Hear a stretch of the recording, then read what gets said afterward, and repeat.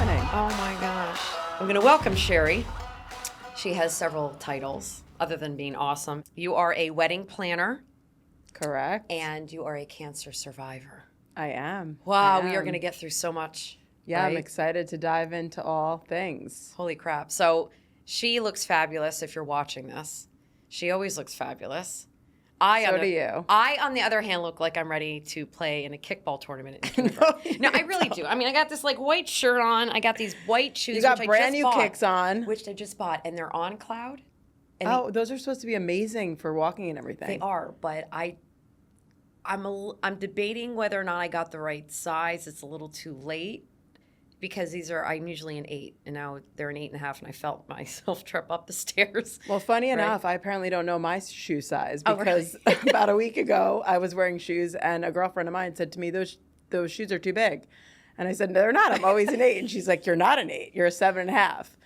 So we're having the same issue. Oh. Should have talked about that. They're probably too big on you.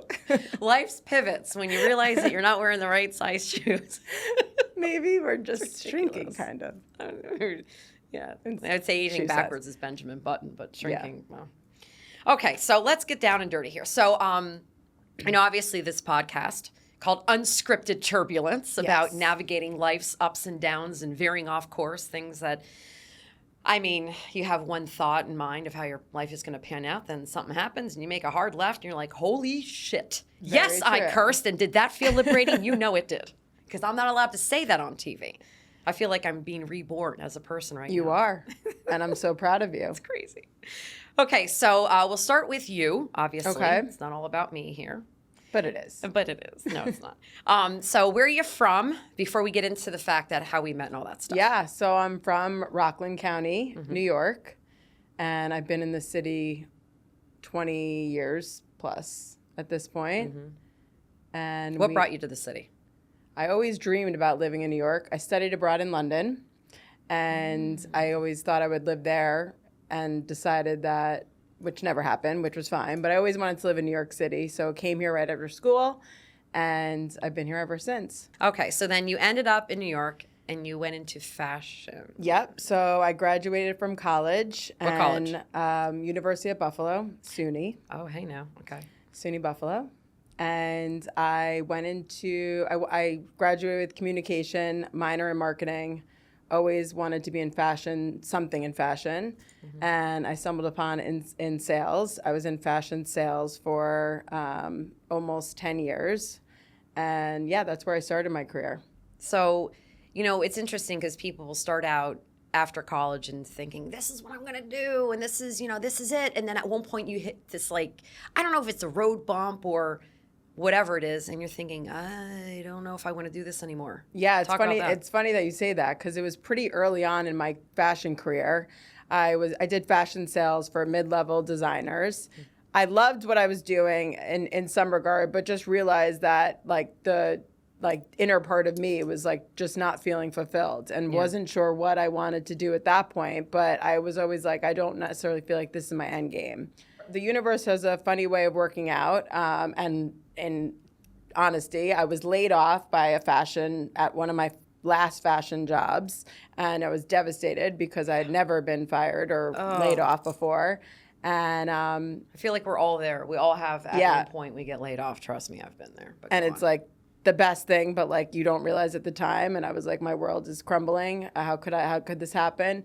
But that was the moment. That was the first moment of me kind of just saying okay, what do I want to do now? And at first I was going to reinvent myself and actually take on a number of fashion brands and sell multiple lines on my own. You knew how to do that? I guess you would, through the industry. I had connections, and I was but then I kind of started with that, and that was kind of the catalyst to kind of fuel me to the next move, which really was wedding and event planning. And that was what I wanted to do all along, but didn't even know it existed. There were movies about a wedding planner, but there wasn't go to school to become a wedding planner in our time, let's say. Yeah. But I was always the party planner with friends. I was always the wedding planner of sorts. I was doing it independently, and through fashion, I would plan events in fashion for brands and stuff, no the way. brands I worked with. So I was doing it, but it wasn't my job. And then once I kind of started to do a little bit more research on my own, and I was like, this is something I want to do. I want to do this full time. So how did you find that entry point? Yeah. So, well, it was twofold. One was my sister got married, and she had a great wedding planner that helped her on her day of her wedding. And that was like the moment that I was like, I am her. I want to be her. She was great and amazing and like just took on everything. And like my sister was able to just be totally carefree on the day. And at that point, I knew that this existed, this career. I saw an opportunity with a dear friend who also owned his own travel business. And at that point, he had been in the business for 7 years. And at his key planned travel, like trips, so for couples, for families, just all the nuts and bolts for travel planning. And at his job, he had opportunities for destination wedding inquiries. And he had oftentimes not taken those on because that wasn't his sole business. And we had chatted about, he personally knows me and knows I'm the party planner. And that was kind of we had initial conversation about me potentially coming on to his company to build this sect of the business. So and that was even probably a year or so before it even happened. And then once this, I was laid off and kind of started reinventing myself and what that looked like. How old were you at that point? Great question. I'm filled with great questions. Yeah. Okay. So that was 11 years ago. You're 44 now. So that was like 33. Probably like 32, 33. Wow. Okay. Because it when kind of the beginning stages of I like that. timelines because I feel like a lot of people, these navigational changes and pivots can happen at any point in your life. It doesn't have to be right when you're out of college and 3 years later, like, oh, I'm 27, let me reinvent myself. Like, you still can, 100%. But sometimes it happens later on in life. And that for me was always like, I believe that you should love what you do. And to your point, like, you're not too young or too old to start something new. Nope. Like, and that is like a message that I hold true to now, to like where I came from, to friends. Like, I feel like I'm all about encouraging myself and others to like follow their dreams because it's terrifying and you think that, how am I going to do this? But it's so worth it on the end. And I'm still evolving and growing, but it's worth it. Like, and leaving something like, so when I was leaving fashion, I had all these contacts and relationships and I was growing in my career. So it's like leaving all that behind. Yeah. It's terrifying. It is. And it's sad to like literally like not to nothing, but at the same sense, that opportunity that is almost like the high that you need to like fuel you. I actually made a financial decision to move back home to my parents for a few years to kind of get my, I made a career change and with that comes all those things. So I needed a minute just to kind of reset.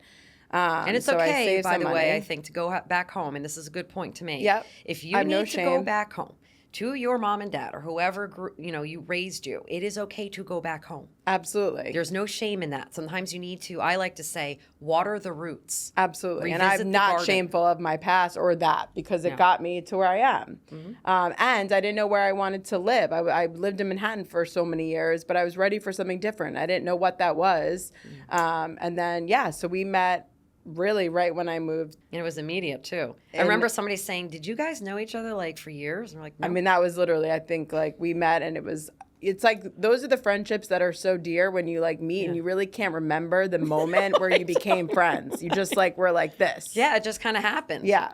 Yeah. And it was Sage Fitness, no longer RIP Sage. Yeah, RIP. No longer. We had a group of girls there that was really fun. Now we're going to get to the sticky part. And this is like, I'm going to let you talk to your heart's content on this one. But so obviously the pandemic was just really, it just kind of threw a lot of things on its head. The world shut down. I remember the day that we were all together. We went to Jack Jones. The last day. Yeah, right? And we were all together that day, like having happy hour because we just didn't know what was going to happen. And then that night is when the world shut down and we were told to like stay in our houses. It was like March ever. Yeah, like March 14th. Like some people are still in their houses, which is fine if whatever it is like. March 14th or something. I remember it being. It was March 14th. Oh my 13th, gosh. Right. And then I was at that time. But you were. I was working busy. at Fox 5. Yeah. We didn't stop. You did not Man, stop. oh my gosh. But everybody else was like holed up in their homes and nobody knew. Nobody knew. And everything stopped. But like even especially for like travel and weddings and events, like it was literally halted. So this career that I was like building and everything was halted. I mean, every venue was closed. Every single vendor was like kind of just put standstill. And you which is had to unbelievable. reroute a couple of weddings and trips Pivots and everything. Everything. Yeah. So then it comes to the fall. Yep. It'll be 5 years ago in the fall. So the fall happens. So you come over. I'll start with this. I will never forget this. You came over to celebrate my 40th birthday. I remember we sat outside and had bagels and coffee. And was there champagne involved? I think Prosecco. You brought Prosecco. And you brought with orange juice, I think. And then I brought chip cookies. You did, yeah. You were, again. Yeah, we had a little birthday party. You can't take the celebrationist out of the person. I mean, you just know how to. A little celebration on a curb. It was literally on a curb. Outside, it was cold, but it was still good. And then I was going up to Mohonk Mountain later that day. Yeah. But you had some news, and you did not tell me this day. But you were all about celebrating me. Yep. What did you know that you did not tell me? So I think that day, I actually think it was that I was BRCA positive. And what is BRCA for? So it's basically a gene that everyone has, the BRCA1. I have a mutation of that gene. Okay. So what that means is that gene doesn't kind of configure the right way. So everyone else has that gene. It kind of processes things and then allows people not to get cancer. Mine is not that way, and it basically causes cancer. It's a gene that if you have a mutation of it, the chances of cancer are very high, specifically breast cancer and ovarian cancer. So I found out I had this gene literally the day before I saw you. No. And then, it was a month later that I actually found out I had breast cancer. So it was a whole whirlwind. No, your sister also, right?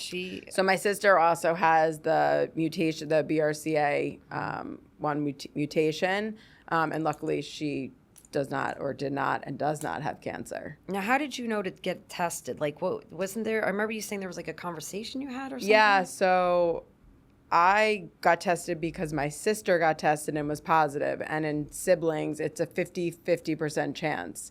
So if one sibling has it, it's literally 50% chance the other sibling is going to have it or not. So I got tested because Lisa got tested, my sister. So. Jeez. All right. Yeah. So you get tested. You find out you have cancer December, right, of 2020? So, it was December of 2020 that I found out I had breast cancer. And mind you, I had been getting mammograms, sonograms since I was 35 because I was already high risk before the BRCA gene because cancer's in my family. Okay. And so I had a mammogram, sonogram in August, and everything was fine. And then found out in November I had the BRCA gene, and then felt something, Thanksgiving, the day after Thanksgiving, and then was diagnosed at the beginning of December. Do you do those tests on you?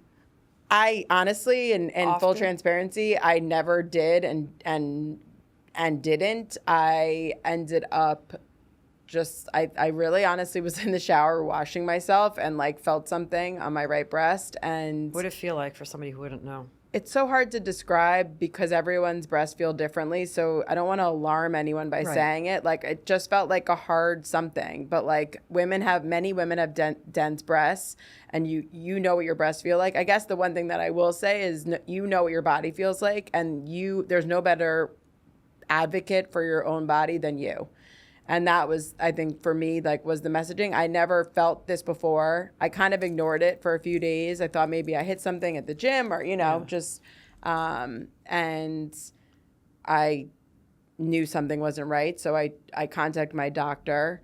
And at that point, I also wasn't alarmed because there's, like, you could make yourself crazy and kind of get into that place. But I was like, I just had a mammogram and sonogram, everything, I believe that everything was going to be fine. Right, but it wasn't. But it wasn't. So you go and you feel this, and then what did you do? So I felt something. I contacted my doctor, went in, and pretty much right away at the appointment, I did a sonogram, a mammogram, and then a sonogram. And in the sonogram, the radiologist couldn't properly, officially diagnose me, but based on the findings that she was finding and based on the fact that I am BRCA1 positive, she said, this likely is cancer, which and at this it point, was. You're 39 years old. So I'm 39. Yeah. And then, a lot of people probably listening will understand what this touch test is. But it's, a certain way to touch your breast with your arm up, I think it is, and just kind of feel around. Yeah. And there's obviously so much, I was really just washing myself and feeling it. But there is, I think the one takeaway also, you should know what your breasts feel like. Right. Normally. Yeah. Even if you don't know what you're doing as far as an exam, a woman should know what their body feels like. So if something feels different. Okay. So now December, you go to the doctor, you find out, and now take me through. Yeah, and it's crazy because now we're literally in the middle of the pandemic. Obviously we've come out of our houses now, but we're still in the throes of the pandemic. So I went through. I had stage 2 invasive ductal carcinoma, and basically that's stage 1 and stage 2 are very similar. As far as how they're treated, it's kind of the same thing. So I started with chemo. I had 4 months of chemo every other week. And when did you start the chemo? I should say I started chemo in January because I first did 2 rounds of I froze my eggs. So I did 2 rounds of infertility first, just because. And then chemo was for 4 months. And then I had surgery, and then I had radiation, and then, So it was probably it took me so that was December, and then I was done with my last radiation. It was August 27th of 2021 that I finished my last radiation, which is the day that I consider myself cancer-free. Oh, my gosh. So it'll be 4 years in August. Wow. Yeah. But it was a long road. Yeah, no, I know. So because the radiation, and then, I don't know how far you want to go into this, but you had to have surgery, and what was it like for you? That was not easy to deal with. I think every part of the cancer journey was hard, but also I feel like I had a good attitude throughout it. I was very open with my, what was happening to my friends, family. I posted about it, which I wasn't sure what I was going to do, but I decided that I wanted to share my cancer journey with people just so they can have a place of maybe just inspire them to even people that are going through cancer, or even just I've heard so many women, friends, friends of friends that were got themselves checked and went for a mammogram. That to me has been the best part of sharing my story. But after the chemo, I did a total double mastectomy. And did you have to do a total double mastectomy, or was that? Pretty much. So, look, it's your body. You can make your decisions. My cancer was on my right side, and the way where my cancer was, I didn't have a choice. I had to remove, but because of the BRCA1 gene, and it's an 85% chance of breast cancer with that's mutation. So I'm not leaving anything up to chance. I removed both because that, makes my odds much, much less, really down to 0 or 1%, as far as where I need to be. And then, I had also lymph nodes removed. So it was a whole thing. And the surgery, the surgery I think was not harder for me than others, but it was my hardest part because I was active and never had surgery before, and it definitely threw me for a loop, for sure. And I mean, it took a while for the recovery, and like even not only just the physical, but also emotionally, mentally. I'm assuming. Yeah. I mean, I remember you talking to me a little bit. Again, you don't have. Yeah, to, I don't know how no. far you wanna Yeah, go in, it but- was, as more time goes by, it becomes less, not hard to remember, but it's just less kind of embedded in my brain the same way. But during the time, like, I feel like chemo, I was like very focused on like taking each chemo and like trying to like stomp all over it and like just not let it get me down, and just I tried to be really positive. The surgery threw me for a loop, and I had some really bad days, and it was just painful and a hard recovery. And it took a long time for me to feel like myself after that. Yeah. But yeah, so. And you also lost your hair. And I want to say, your hair looks phenomenal if you're watching this. I mean, your hair, it is so you. It is so Sheri. Thank you. It is just like up and just fun and like just free. Yeah, I never would have cut my hair. I always loved long hair. I didn't like my hair because I always wanted to do different things. But then when you lose your hair, you realize how much you do love your hair. But And what was that like when you started losing your hair? Take me through that journey. yeah, so that was when I knew I was going to have chemo, and I knew that I was going to lose my hair. Oof. I decided that the scariest part for me was like going to be losing my hair and having my hair come out in my hands. And that, to each person, they have to go through their own journey, but I didn't want to experience that. So I decided that I was going to shave my head ahead of the surgery, or ahead of the chemo. Mm-hmm. So I'll never forget it. I went to the place that I had gotten my wig from, and they said they would shave my head. So I went with my sister and my brother-in-law down to the city. Mind you, remember it's COVID, so it's like ghost town.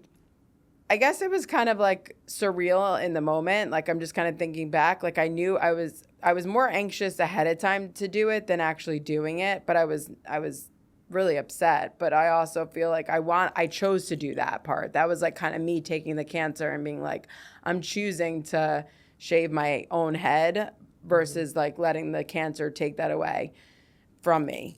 So I did that, and my brother-in-law had stepped out, and then he had actually been growing his hair like from COVID, just not getting a haircut. Yeah, and then he came back from running out, and he had shaved his head too. So that was like such a beautiful moment. And I was crying, and Oh it my was God, really I'm about to cry. Yeah, it was really so I remember that. so special.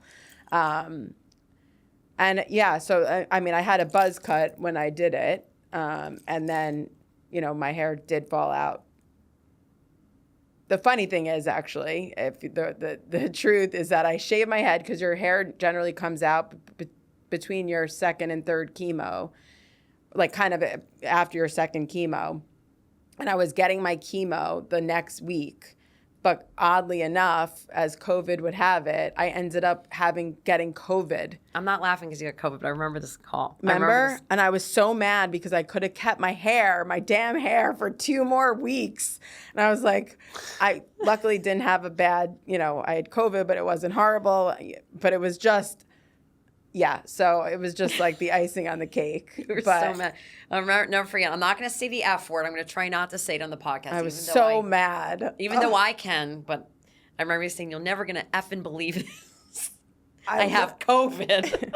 And my hair. Yeah, it was like so frustrating. But anyway, so yeah, then my hair did fall out, and I rocked some bandanas and a few wigs, which I hated wearing the wigs. And now I have short hair. How do you like it? Now I love it. Right? I wish I could. I mean, I know I can do that, but I love it. And it was like definitely, I guess I believe everything happens for a reason. And I now would never probably grow my hair long. I love it. And it's me, and it feels like me. Yeah. So more like you than anything. I think just like so. uplifted and perky and just fun kind of a part of like the after cancer Sheri world. So, when you were going through like the depth of it, I mean, I remember there were many silent periods. Obviously, you're going through a lot. I mean, was there any like moment where you thought, I can't do this? Or was there any moment you thought, F this, I'm going to get through this, like, and something got you through it? Like, was there I honestly feel like it's similar to like, honestly, this podcast, like how you're doing this podcast. No, because for me, in my cancer journey specifically, it was talking to people who had been through their own cancer journey and who had either were in it and going through it or were on the other side, because that was what like my fuel that got me through my own journey. But like, of course there were moments like that I was like so down, and especially after my surgery of being like, this is horrible, because it was. And there were other moments in chemo that weren't great either. It's kind of like all those, but it was those times where I leaned on my support systems, obviously my friends and family first and foremost, but also other people who went through it and were on the other side, who could speak to their own journeys and their own experiences, some the same and some totally different, but just were helpful for me. And then today you're good? You said you're going to come up to 4 years cancer-free. Yeah. So I saw my breast surgeon a few weeks ago. So she technically says like, it's fine. Like the day of my surgery which was in June, is your cancer-free day, but I counted as the end of my radiation. So I should be, I plan to live a long, healthy life from that journey. And just every year is another year. I always celebrate that day because it's another birthday, and I'm all about the celebrations, obviously. Well, yes. But I'll always do something special on that day. But yeah, it definitely was not easy, for sure. But like you, and also like friends, leaning on your friends was like huge for me. I tried to make the best out of a worse situation. You do well with that. It's hard, but. You are a wedding planner. I work at a travel company and I head up our weddings and celebrations. And that's what makes us different, or me different in the wedding world, is because we're able to offer full service experiences to our couples. Meaning we're able to handle all the travel logistics that go into a wedding, a destination wedding, whether they're doing something, in Italy or they're doing something in New York City or wherever. We can handle all the logistics that are surrounding travel. And I learned the travel business, thankfully, with my team at Accomplish, but I also just infuse myself with, books and articles, and just did my own education of sorts. I had a wedding planner. She was great. Her name was Simone. Oh, see, I love that you had a wedding planner. I did. And that was a long time ago, to be wow. But it was. Savage burn. Yes, it was 2011, September 17th, 2011. Everyone should have a wedding planner. I don't even care if it's me, but everyone should have a wedding planner. Right, but she came with Shawnee Inn and Golf Resort in the Poconos. That's where I got married, and she came with she was like the wedding planner on staff. She was the venue wedding planner. Yes, so that's who I had, the venue wedding planner. Which oftentimes in my world could not be a good thing. Okay. But had I known you, I would have hired you. But she was good. I'm glad that she was good. Her name was Simone. Her name is very Simone. Nice. Very nice shout out for her. Yeah, Simone. And she's German, and my dad had the biggest crush on her. And she'd be like, hello, this is Simone. She had like this little cute German accent. Anyway, okay, so let's talk about wedding planning for a bit, okay? So I'm getting married, hypothetically. Yeah. Okay. I reach out to you, like, take me through the steps, or, how it starts. Yeah, so I'd say most of our couples come to us through a referral. So either somebody who's gotten married and they were a guest at a wedding, and or just a friend of someone who's gotten married, or a past client on the travel side. And they'll come to us oftentimes at the beginning stages of planning. So they're engaged They are not sure where they want to get married. They are not sure if they want to do a wedding, a destination wedding. They're not sure if they want to get married in the New York metro area. Wow, so this is a blank piece of paper. Yeah, oftentimes it is. And oftentimes our couples could be anywhere, really. They don't need to be in, we're based in New York, but they don't need to be here, especially now day and age with Zoom. I mean, we're Zooming all day, every day with our couples, with our vendors, because we work a lot of times with vendors that are abroad. So yeah, overseas. Exactly. The time zone change and all that stuff. Yeah. So they'll come to us at the start of planning. And first and foremost, we kind of sit down and have a little discovery call. And that to me is like the key moment. And it's the opportunity for us to learn about them as a couple, learn about them individually, and also build that rapport with them, because that's the foundation blocks for everything that we're going to do. And really just that relationship is key in really what we offer and our planning style, I would say. And do you ever, I remember you talking and to your credit, like you were telling me a situation where there was a mother of the bride that was highly involved, and I would have been like, for the love of God and everything holy, really? You were like, no, this is wonderful. Because I was surprised. I'm like, give me some dirt. You're like, no, actually it's really not. Yeah, and I'd say I welcome, because sometimes it's just the couple. Sometimes I'm dealing with the couple and mother of the bride and or mother of the groom. But as far as that, I welcome it. So all that inner circle relationships, whoever is most involved, like I'm fostering each of those relationships individually and together. And I want their opinion, because no wedding is the same. What we do, nothing is cookie cutter. Mm-hmm. Nothing is exactly like the last wedding. That's just not who we are. So I want your wedding to be about you as a couple and individually. Like you have two lives that are merging into one, but at the same sense, you also have mothers and other family members that might have an opinion as well, and all are welcome. What is it, like a top question you get that you can kind of give the listening audience about wedding planning? If you're thinking of planning a wedding or thinking of, I'd say that it's something that you brought up. Oftentimes we will get couples that will say, well, the venue has a vendor coordinator. Yes. And that is true. And a good venue coordinator, such as Simone, will be a great liaison to a wedding planner and or the couple. But what I always say is as a wedding planner, we work solely and are there to support our couple and manage all of their vendors, their venue, their florist, their entertainment. And our loyalty is to the couple and to making sure that everything unfolds the way that you envision it. Versus a venue, somebody who works for a venue, their first obligation is the venue. So you're secondary as the couple. And that's not a bad thing, but we're also there to make sure everything goes seamlessly from start to finish. So not only are we there at your venue of your wedding, but we're there for anything that happens before, for welcome bag drops at your hotels, to a ceremony rehearsal, to a welcome dinner, And you're planning all this, basically? Exactly. So and everything, you're coordinating it, making sure people arrive and they get the invites and all that. We manage guest experience. So not only for our couple, but for our guests, managing their hotel accommodation. So really like the nuts and bolts of everything that goes into the weekend. That's kind of where we come in, versus your venue coordinator probably just, or most often, has just a hand in the actual wedding day.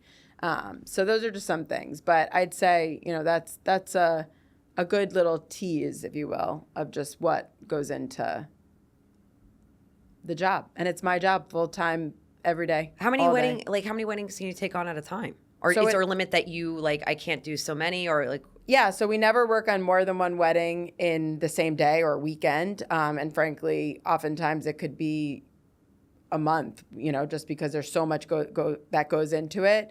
And for us, it's not a matter of like the nature of how many. It's more of the quality of just kind of what's involved in the weekend. Because remember, it's not just the wedding day, it's all encompassing of the weekend. So we might be working on 3 or 4 events for that couple Oh, like the rehearsal Right. dinner, So the or rehearsal like an dinner, the excursion. welcome soiree, or if there's an excursion, like we've done like a catamaran boat day for, taking 100 guests out for the day, and something on, the following day, a farewell brunch, or, a beach day. We've done scavenger hunts. I mean, we've done all sorts of things for the couples because it's really about the experience. So then how does somebody get in touch with you? Somebody gets in touch with us, they can go to our website, which is weddingsaccomplished.com. Mm-hmm. They can find us on Instagram at weddingsaccomplished. Anything else that I've missed, or anything you want to ask me? What can I ask you? Yeah, I feel like I have so many questions for it. How do you feel like today went? Could we say that on this? Yeah, we can say anything on this. Yeah, I feel like it's good for you to Yeah, so because this is technically the first interview, although we Right. will not be in the pecking I order know. of the first one aired. That's okay. I feel like this was a lot more natural than my first 2 episodes that I aired. I feel like the first 2 episodes, again, I was overthinking, like, who's going to really want to listen to me? Who's want to, and then in the way back of your head, you think like, oh, there are going to be people who are going to hate on you just to hate on you. And you know what? That did happen when I was in TV too. So whatever. But you start having all these like things come in and drop in your head, and then I would like trip over my words. And if they're hating on you, then they're talking about you. So it's also good. And they spent time listening. So Exactly. then I can't really like Right. be upset about that. I mean, I think that I really am comfortable with how this all went. I think that you did great. Really? Thank you. I just think you're natural, and you're going to be. So many people are going to be sitting in this seat, and I'm going to come back because this is my first one. So I'm going to come back much more polished the next time too. No, I think you're very polished. And again, if you're not watching but you're listening, every now and again you hear a jingle jangle. And Oh, it's Sheri's. sorry. No, Yeah.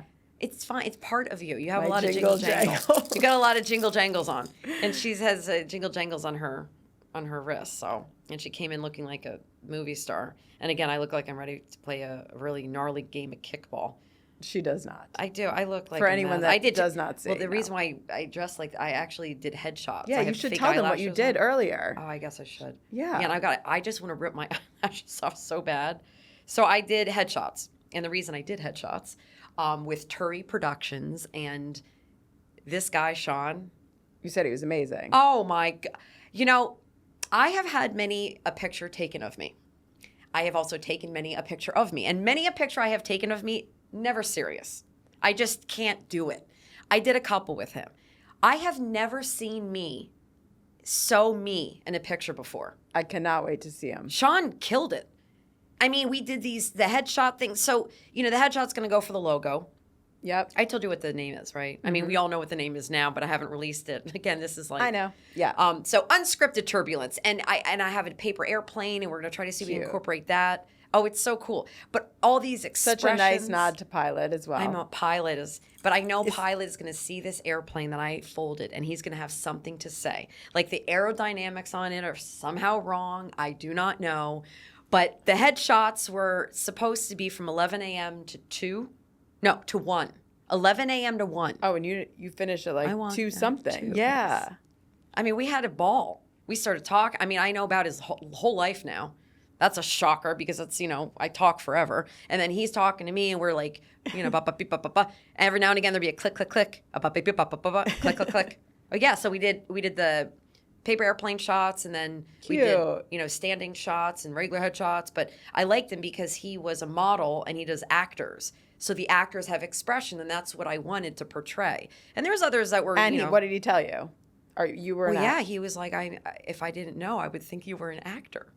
And I'm like, and then I do that martini. That's because you're so expressive. That's part of your draw. Demonstrative. Yeah. But I also was telling me I did my martini thing on Friday. I do martinis with Medgie on Fridays. If you haven't seen it, check it out. It's on Instagram and TikTok. It's not doing very well. So many good martinis. Well, it's a storyline wrapped around a couple of shakes and sips of martini.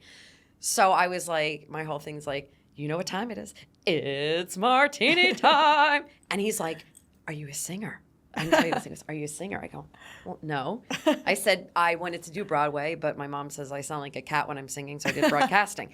And he goes, well, I hear a bravado or whatever the and I was like, no. And then I started thinking, I'm like, well, I guess I could Have sing. you ever sung? I mean, in High School Musicals, I was Patsy. Oh, well. In You have a Crazy past for in You. Yeah. And then I was a hot box girl in Guys and Dolls. That sounds so salacious. Seriously. Just go where your mind's going to go on that one. Now it's All time right, to we gotta wrap go. this up. And I have an engineer who's watching me right now and probably thinking, girl, we gotta go." Thank you Sorry, for Brianna. having me on Brianna. this Her name's beautiful Brianna. podcast. Thank you for being here. Bye. This has been fun. Take what lands, leave what doesn't, and keep moving forward. Follow wherever you're listening, and if you are watching on YouTube, hit that subscribe button. It helps more than you know.